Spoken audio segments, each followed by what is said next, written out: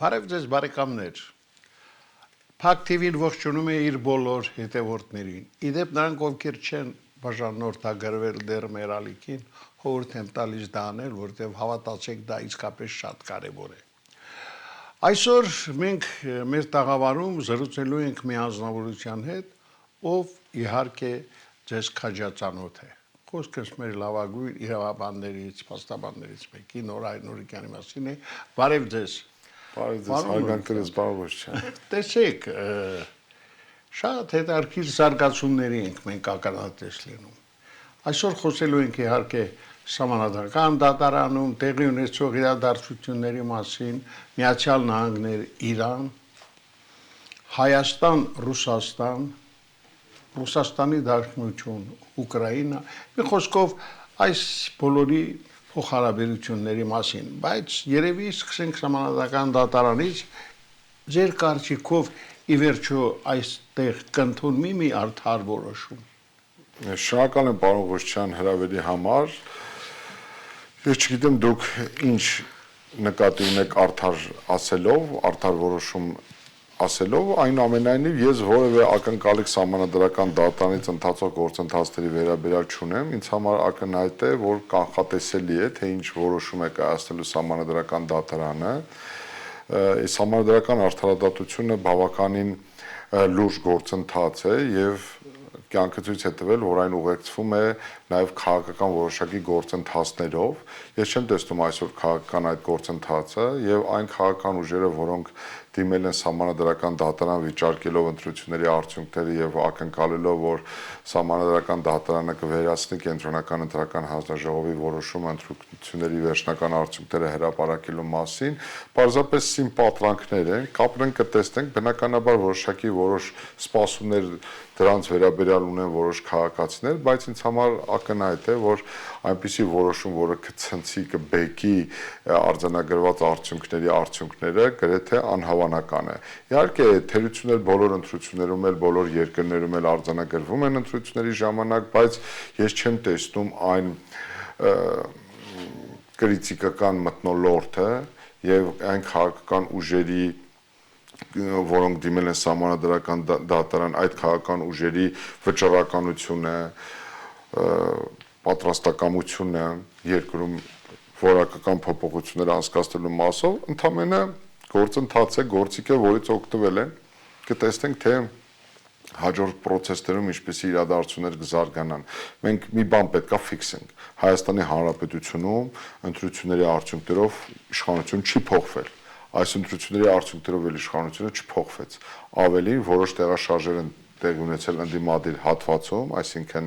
որոշակի տեղափոխություններ կամ մանդատների ուրեմն տեղաշարժեր, ոչ ավելին։ Նույն քվոտայով ըստ էության Հայաստանի Հանրապետության քաղաքական համակարգը վերարտադրվել է, իշխանությունը իր չափով, տիտղոսային ընդդիմությունը իր չափով, բայց երկրի խնդիրները շարունակում են մնալ, դրանք լրջագույն են, իսկ այդ խնդիրները բավականին լուրջ են,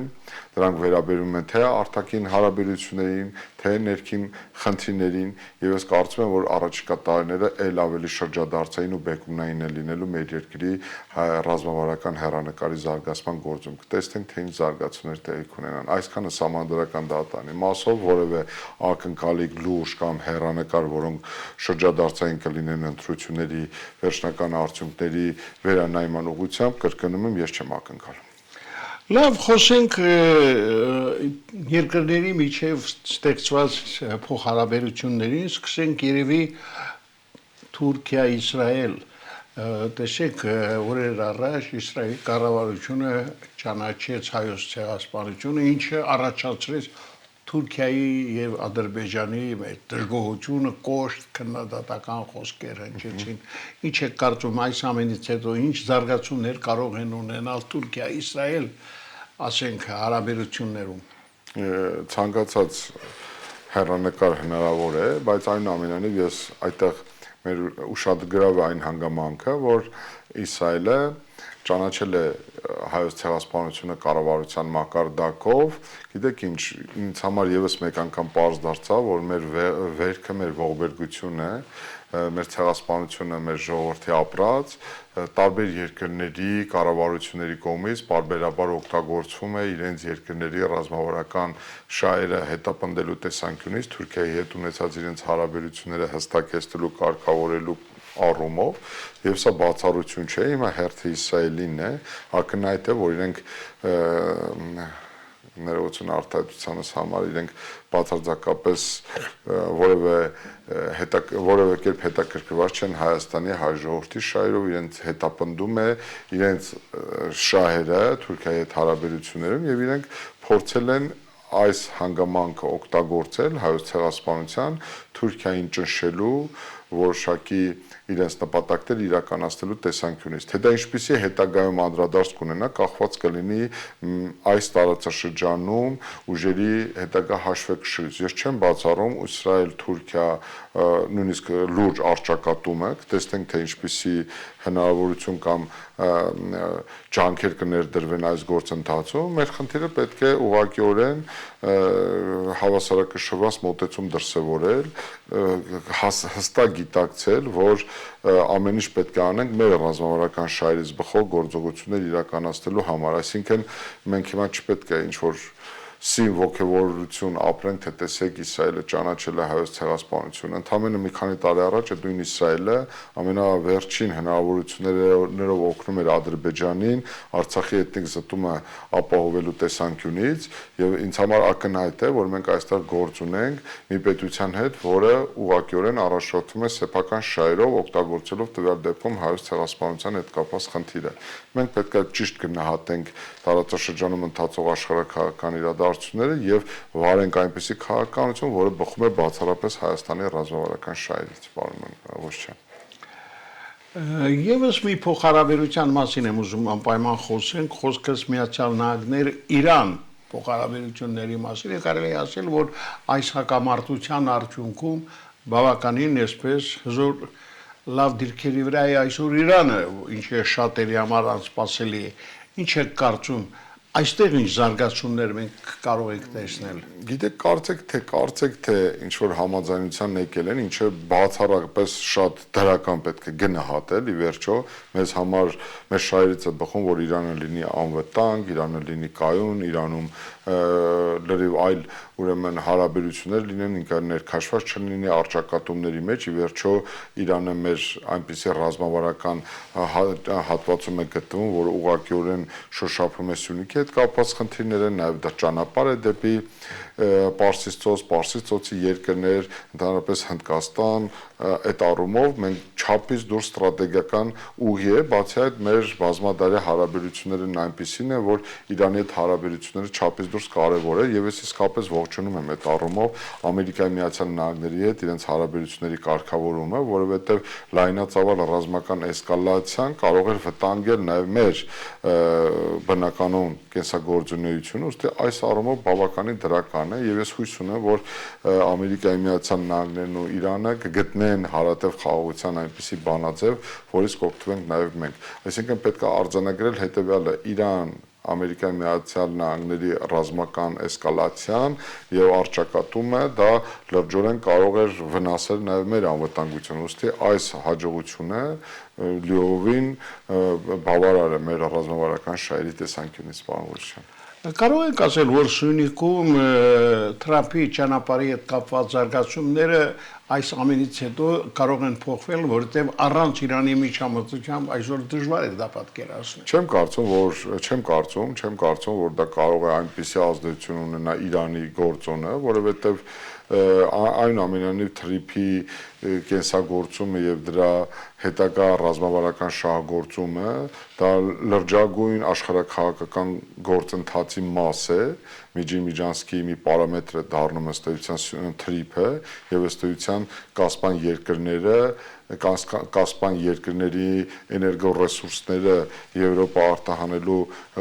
բավականին լավ կոմունիկացիա է։ Հիմա կտեսնենք այստեղ թե մենք ինչպիսի դիրքավորում կունենանք եւ մեր դիվիդենդը ինչպեսին կլինի։ Ես կարծում եմ, որ դա եւ ռազմաքաղաքական եւ աշխարհաքաղաքական կոմպոնենտ է, որը բավականին հնարավորություններ կարող է տա Հայաստանին մի կողմից ապաշրջափակվելու, մյուս կողմից դա որպես անվտանգային կոմպոնենտ հետագայում կիրառելու համար, որովհետեւ եթե այդ մեր տարածքով անցնեն կոմունիկացիաներ, բնականաբար այդ կոմունիկացիաներից օգտվեն աշխարհի տարբեր երկրներ, պարոն Ղուշյան, որոնք այնպիսի առևտրաշրջանառություն ապահովեն, որոնցից միլիարդավոր դոլարների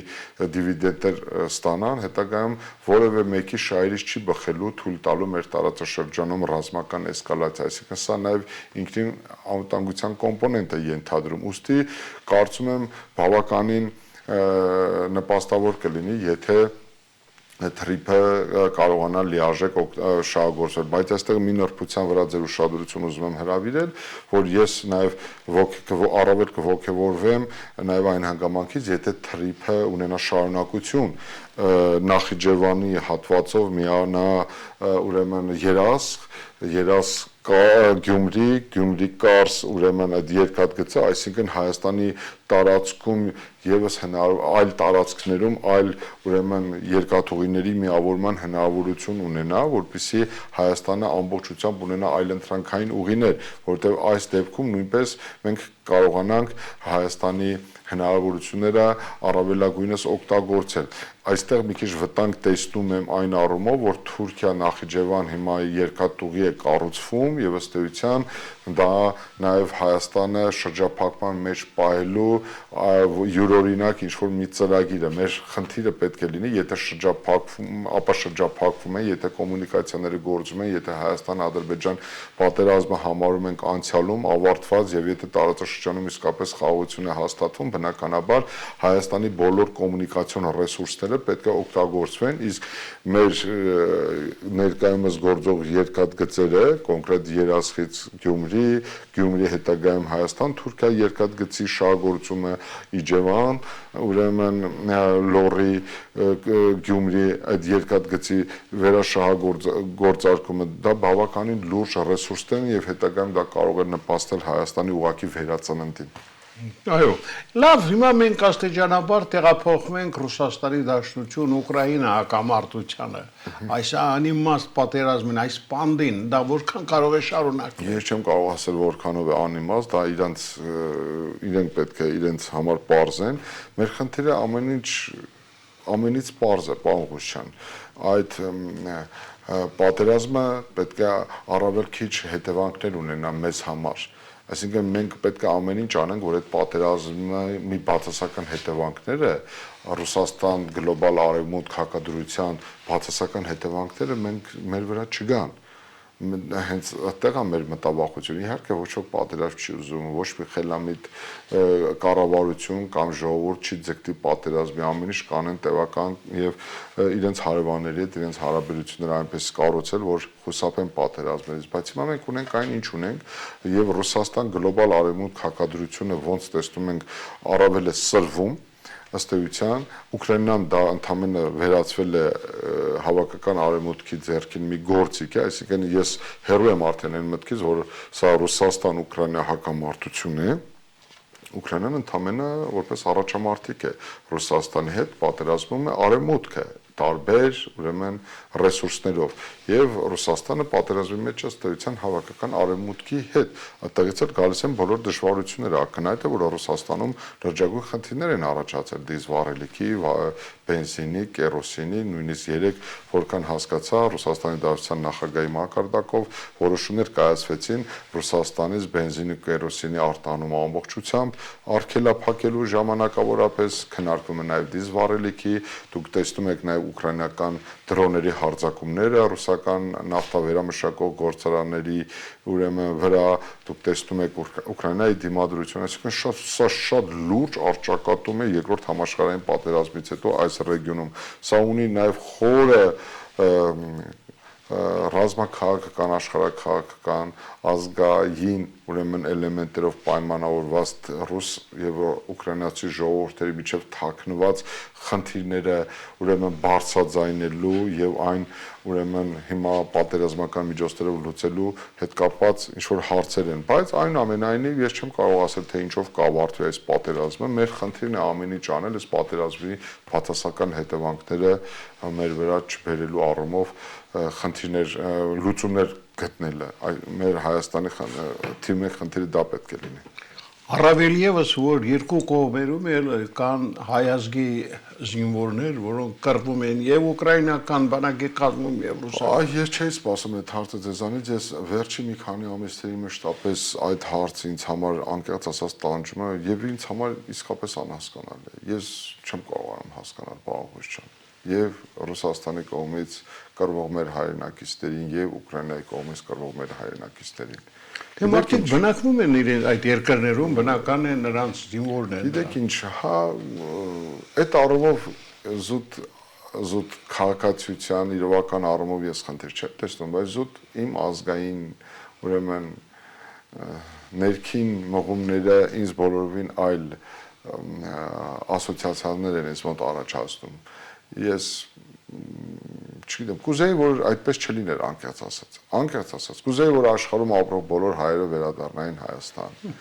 Կուզեի որ Հայաստանի համար ներդրվեր այդ ռեսուրսը, եթե դրա անհրաժեշտությունը լիներ։ Կուզեի որ իմ փոքր պետությանը ուժեղացնելու համար դրվեր այդ ռեսուրսը։ Կուզեի որ հայ ժողովրդի ներուժը օգտագործվեր Հայաստանի Հանրապետությունը զարգացնելու համար, Հայաստանի Հանրապետության անվտանգությունը ուժեղացնելու համար, Հայաստանի Հանրապետության պաշտպանական համակարգ ուժեղացնելու համար, Հայաստանի Հանրապետության բանակ ուժեղացնելու համար։ Թողան ծառայեն Հայաստանի Հանրապետության բանակում վերադառնան, թողան ուժեղացնեն մեր բանակը, մեր երկիրը, մեր ժողովուրդը, մեր գյուղատնտեսությունը, մեր արդյունաբերությունը, աշխարհագրական տարածքով ու չափով չի որոշվում պետության հզորությունը։ Ցավոք, բարեբախտաբար 21-րդ դարում փոքր տարածք ունեցող երկրներ կան, որոնք չափից դուրս հարուստ են եւ բարեկեցիկ են ապրում։ 10 երկրների անուններ կարող եմ թվարկել։ Հայաստանը ունի բոլոր պոտենցիալը նման երկիր դառնալու համար։ Ընդհանրապես մեր ժողովրդի ներուժն է պետք իմի բերել, տեղավորել Հայաստանում, որ Հայաստանը ծաղկեցնել բառեզբոնի իմաստով։ Մենք փոքր երկիր ենք, մի քանի տարի բավարար է, որպեսզի Հայաստանը դառնա Սինգապուրի նման, Արևելյան Եվրոպայի, արևմտյան եվրոպական զարգացած երկրներին համահունչ երկիր։ Ինչն է մեզ պակասում։ Ոչ մի բան, մենք բոլոր պոտենցիալը, հնարավորությունը, ներուժը, մտավոր կարողությունները, կրթությունը, դաստիարակությունը,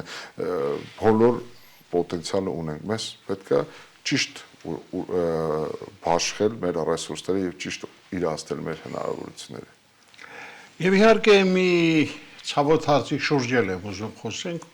խոսքս Ռուսաստան, Հայաստան այդ փոխհարաբերությունների գնալով այսպես վատթարացող իրավիճակի մասին է։ Այստեղ ինչ զարգացումների կարող են ակնհայտ լինել։ Պարոն Ղուշյան, այստեղ անկեղծ ասած ես կարող եմ եւ իմ վիրավորվածությունը եւ իմ վրդովմունքը արտահայտել, չեմ կարող չարտահայտել այդ առումով։ Ինձ համար ընդհանրապես անհասկանալի է Ռուսաստանի վերջի շրջանի մոտեցումները սահմանների փակումով, ես գիտեմ իրականում ինչ քաղաքական նպատակ են հետապնդում, հասկանալի է այդ ամեն ինչը, բայց ես դες ասեմ հետեւյալը. Ռուսաստանի նկատմամբ Հայաստանի Հանրապետությունում Հայաստանի քաղաքացիների կողմից առավել լրջի մեծ հավասարակշռված լոյալ վերաբերմունքը գեներացվեր, եթե Ռուսաստանը հայտարարեր կամ իրականացներ այնպիսի քայլեր, որ ինքը հարգում է հայ ժողովրդի ցանկացած որոշում եւ հաշվի է նստում հայ ժողովրդի կայացված որոշումների հետ։ Բայց ինչ է նշանակում սահմանները փակել, թույլ չտալ, որպեսզի գյուղատնտեսական մթերքները արտանվեն ռուսական շուկա։ Այսինքն նոր հիշեցին, նոր տեսան, որ Հայաստանի գյուղատնտեսական ապրանքներում կան խնդիրներ։ Այսինքն ակնհայտ է, չէ՞ որ սա քաղաքական ենթատեքստ ունի։ Եվ սա ճնշում է մեր ժողովրդի վրա, բայց ես անկեղծ ասեմ, ռուսական հաշվարկները այդ առումով չեն արդարացնում իրենց։ Եթե իրենք նպատակ ունեն դրանով Հայաստանի Հանրապետությունում փոխել Հայաստանի Հանրապետության քաղաքացիների վերաբերմունքը կամ Հայաստան դրսևորում, ճիշտ հակառակ ռեակցիան է տեղի ունենում։ Հետո այս առումով ազնիվ չէ վնասել հայ գյուղացուն, որ այսօր ամռան տապին աշխատում է եւ փաստորեն իր աշխատանքի արդյունքը չի կարողանում իրացնել քաղաքական ինչ-ինչ ճնշման կամ նպատակների պատճառով։ Արդյունքում Ռուսաստանը այս առումով չի վայելելու մեր ժողովրդի հարգանքը, վստահությունը, հակառակ ռեակցիան է տեղի ունենում, բայց նույնիսկ քաղաքական առումով ինձ համար բացարձակապես անընդունելի է հետեւյալը, որ Ռուսաստանը այս գործիքակազմը կիրառում է Հայաստանում իր քմահաճույքով կամ իր պատկերացումներով իշխանություն ձևավորելու համար։ Ես շատ լավ հիշում եմ 2018 թվականին, երբ Նիկոլ Փաշինյանը դուրս էր եկել փողոց 100,000-ավոր մարդկանցով հեղափոխություններ անում, իշխանափոխություններ անում, Ռուսաստանի պաշտոնական դիրքորոշումը հետևյալն էր՝ թող Հայաստանի ներքին գործն է։ Այսինքն մենք հիմա ինչ հասկանանք։ Այն ժամանակ ձեր շահերից բխում էր Նիկոլ Փաշինյանի իշխանության գալը, դրա համար դուք հայտարարում եք, որ դա Հայաստանի ներքին գործն է։ Հիմա պարզվում է ներքին գործը չէ։ Հիմա պարզվում է Զախարովյան բանուգործը թողած ամբողջովին զբաղված է Հայաստանի խնդիրները քննարկելով։ Մեդվեդևը քնում զարթնում է Հայաստանի վերաբերյալ ինչ-որ սպառնալիքներ են նետում։ Սա լավ բանի չի բերելու։ Իհարկե մենք պետքա շատ զգուշ լինենք, մենք փոքր պետություն ենք, մեր ներուժը, մենք շատ լավ պետքա գնահատենք Ռուսաստանի ռեսուրսներն էլ, հնարավորություններն էլ, աշխարհաքաղաքական շահերն էլ պետքա շատ լավ հասկանանք, պետքա փորձենք առանց ուրեմն այլևայլ բարդությունների կարգավորել այս խնդիրները, բայց կրկնում եմ, սա իրենց շահերից չի բխում նման ձևով խոսել մեզ հետ, այստեղ իշխանություն ընդդիմություն լինելու խնդիր չկա, պարոն Ղուշյան, այստեղ ով ուզում է լինի Հայաստանում իշխանություն, ով ուզում է լինի ընդդիմություն, ես խոսում եմ Հայաստանի Հանրապետության քաղաքացու դիրքերից, ինձ համար բացարձակապես անընդունելի ու անհասկանալի է Ռուսաստան կլինի, Թուրքիա կլինի, Ամերիկա կլինի, եվրոպական երկրներ կլինեն, որոնք միջամտեն իմ երկրի ներքին գործերին։ Մենք ինքնաբավ ինքնիշխան երկիր ենք եւ ես ուզում եմ, որ իմ ժողովուրդը որոշի, թե ինչ իշխանություն է ձևավորում։ Լավ է, վատ է, սխալ է, կարող ենք ժամերով խոսել, բայց անհասկանալի է, որ քանի իմ ուզած իշխանությունը չեք ձևավորել, եթե դուք իմ ուզած մարդուն չեք բերում իշխանության, չեք դարձնում իշխանության, այ տեսեք, ես ձեր ջուրը կկտրեմ, գազը կկտրեմ, լույսը կկտրեմ, չեմ թողի ձեր պոմիդորը աճի։ Սա ինչ մոտեցում է, էլի, սա 16-րդ դարը չի, կներեք, 17-րդ դարը չի, 18-րդ դարը չի, 19-րդ դարը չի, ի վերջո մենք ապրում ենք խաղի այնպիսի կանոններով, որոնք համակեցության նոր որակ են հաղորդում, քաղաքակիրթ աշխարհը բաց է մեզ համար, մենք ուզում ենք ապրել չթշնամանալով որևէ մեկի հետ, մենք հարգում ենք ձեր շահերը, դուք էլ խնդրում եմ բարի եղեք, ընդունեք մեր գոյության իրավունքը, մեր ապրելու իրավունքը, այստեղ է խնդիրը։ Պարոն Նուրիկյան, ինչ կարող եք ասել անհանդուրժողականության, ատելության այն մթնոլորտի մասին, որ այսօր արկա է մեր երկրում։ Կա, ցավոք սրտի կա, որովհետև ես դրա մասին խոսել եմ ընտրությունների ամբողջ քարոզարշավի ժամանակ, համբալը դու ես, դավաճանը դու ես, ագենտը դու ես, ծախվածը դու ես, հանցագործը դու ես, երկիր ծախող դավաճանը դու ես, այսինքն այս խոսույթն է գործել անմիտ կամ բովանդակ ու անմակարդակ քարոզարշավ էր, ինչը էլի խոսում է մեր քաղաքական համակարգի անկատարության ու անառողջ լինելու մասին, պարոն Ղուշյան։ Հետևաբար, քանի այս էլիտան, այս ամբողջ էլիտան չի գնացել քաղաքական դաշտից, քանի այս մարդիկ են իրար հետ մրցում, այսինքն քանի դեռ Մեսին ու Ռոնալդոն են իրար հետ մրցում, խոսել համաշխարհային մակարդակով նոր որակի ֆուտբոլի մասին, այո, դա այսինքն մի օր Մեսին է, մի օր Ռոնալդոն է, կամ մի 5 տարի անընդմեջ Մեսին է, հետո մի հատ Ռոնալդոն է, չգիտեմ, այսինքն իհարկե պատկերավոր ես համեմատություն արեցի, բայց էությունը նույնն է։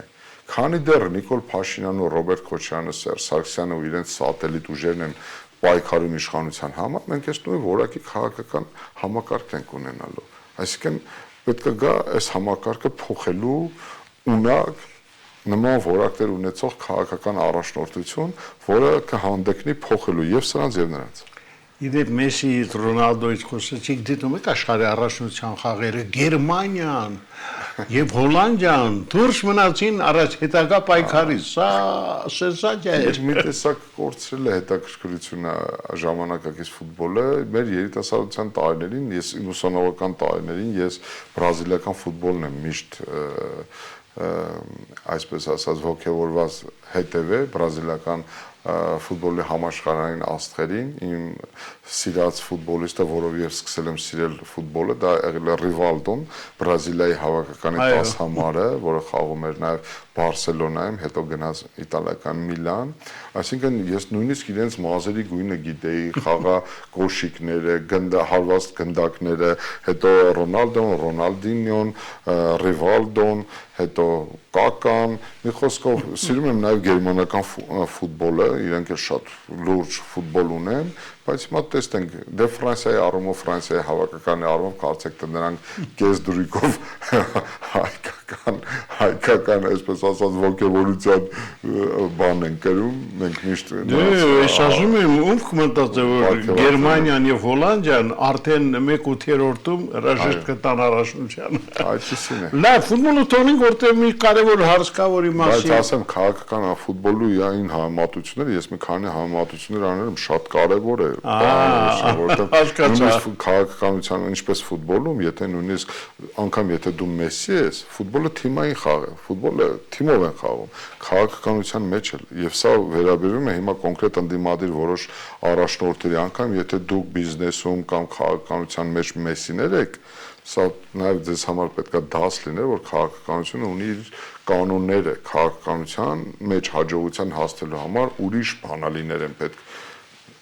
փակաները բացելու համար։ Բարձր։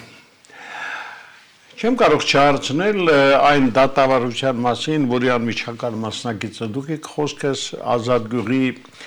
այդ զինվորական կացարանի հրդեհի հետ կապված այդ չարաբաստիկ դատավարության մասին, որտեղ այդքան անմեղ զոհեր մենք ունեցանք։ Անասելի ողբերգություն ու ոչագործություն է տեղ ունեցել պարոն Ղուշյան, 15 անմեղ երիտասարդներ քնած վիճակում այրվել են եւ զրկվել կյանքից։ Հիմա մենք հասել ենք մեղադրյալների հարցաքննության փուլն է, հաջորդ դատականիստին հարցաքննվելու է Վաշտի հրամանատարը եւ նրա հարցաքննության ավարտից հետո հարցաքննվելու է հիմնական մեղադրյալը։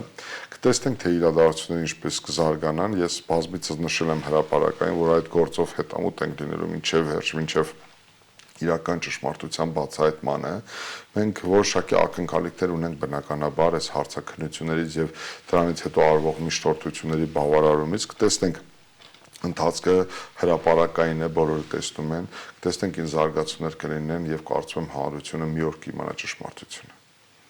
Հուսանք, որ ճշմարտությունը այնուամենայնիվ դուրս կգա ջրի երես։ Այդ առումով արվել է ամեն ինչ ու կարվի ամեն ինչ, հնարավոր է, պարոն Ղուշյան։ Դե լավ, դուք մեզ կուրսի մեջ պահեք։ Անպայման։ Շնորհակալ եմ, որ եկաք։ Ես եմ շնորհակալ, հարգանք ձեզ, պարոն Ղուշյան։ Շերի բարեկամներ, Նորայր Նուրիկյանն էր մեր ճանաչված իրավաբաններից, փաստաբաններից մեկը, ով միշտ հաճույքով բարեկամություն է անում Փակ TV-ի հետ։ Այսօր այդքանը, ցտեսություն։